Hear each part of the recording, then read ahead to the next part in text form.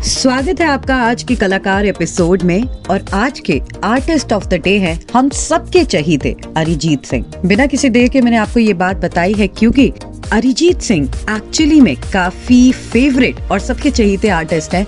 And मुझे तो लगता है कि अरिजीत जैसी आवाज शायद ही किसी और की होगी। मतलब 90s की बात करें और 80s की बात करें तो जैसे हम सब लोग मोहम्मद रफ़ी को पसंद करते थे, कुमार सानू को पसंद करते हैं, और उसी तरह इस 20s में जो आजकल के जनरेशन के बच्चे हैं उन लोगों के लिए अरिजीत सिंह बिल्कुल वही हैं। जी हाँ, बिल्कुल उनकी आवाज़ में वो दम है जो शायद किसी और की आवाज़ में नहीं। लेकिन हाँ, ये भी बात है कि वो इतने सारे लैंग्वेज में गाना गा लेते हैं कि अगर मैं आपको बताऊं कि उनकी लैंग्वेज में ये गाने भी और हैं तो सिर्फ अरिजीत के फैन होने की वजह से भले आपको समझ में ना आए लेकिन आप वो सॉन्ग ज़रूर सुनेंगे।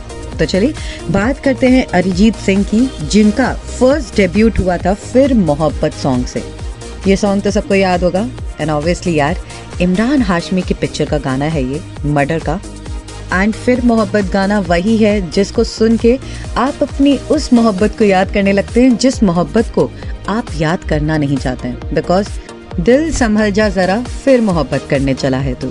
After all this is what the song is saying and I know कि आप लोगों को भी ये सॉन्ग बहुत पसंद आया होगा, जो कि 2009 में आया था। मतलब सबसे ज़्यादा बूम करियर उनका किया 2009 में। हालांकि उन्होंने करियर की शुरुआत 2005 से शुरू कर दी थी, यानी 2005 से अपने करियर की शुरुआत कर दी थी। उन्होंने काफ़ी सारे अवार्ड्स भी जीते हैं और तो और उनको किंग ऑफ प्लेबैक सिंगिंग भी कहा जाता है। और इतना ही नहीं, इंडियाज़ बेस्ट सिंगर में टॉप लिस्ट में फर्स्ट नंबर पे अरिजीत सिंह ही हैं।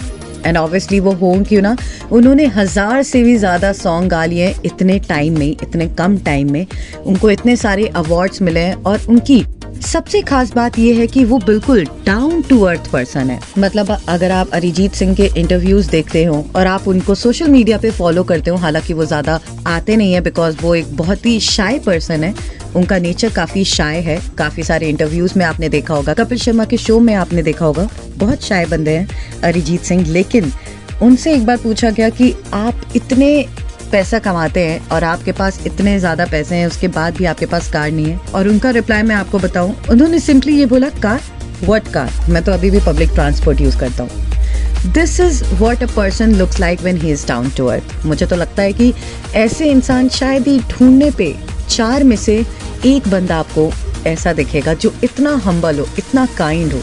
अरिजीत सिंह को तो मैं पर्सनली मिली भी हूँ, तो मुझे इनके बारे में काफ़ी कुछ चीज़ें पता भी है, जैसे वो किस तरीके से रिस्पेक्ट देते हैं जिनको वो जानते हैं और जो उनका इंटरव्यू लेने आता है। मैंने भी कई बार उनका इंटरव्यू लिया है, तो फिर मुझे पता है कि अरिजीत सिंह काफ़ी ज़्यादा रिस्पेक्टफुल पर्सन, काफ़ी ज़्यादा हम्बल पर्सन है। तो ये तो रही उनकी कैरेक्टरिस्टिक्स की बातें जो मैंने आपको बताई। इसके अलावा उनको बंगाली बहुत अच्छी आती है। और क्या आपको पता है कि उनका 2016 में यानी 2016 में सलमान खान के साथ थोड़ी सी आर्ग्यूमेंट हो गई थी, जिसके लिए थोड़े टाइम बाद अरिजीत सिंह ने अपोलोजाइज भी किया। लेकिन अभी तक सलमान और अरिजीत के रिश्ते कुछ ठीक नहीं है। लेकिन कहते हैं ना कि हर एक इंसान का कुछ ना कुछ ड्रॉबैक होता है, तो उन्होंने रीजन बताया नहीं अपने शाय नेचर की वजह से, और वो ज्यादातर इस सवाल को अवॉइड भी करते हैं। लेकिन आई होप कि उनके बीच में जरूर सब कुछ ठीक हो जाए एक दिन।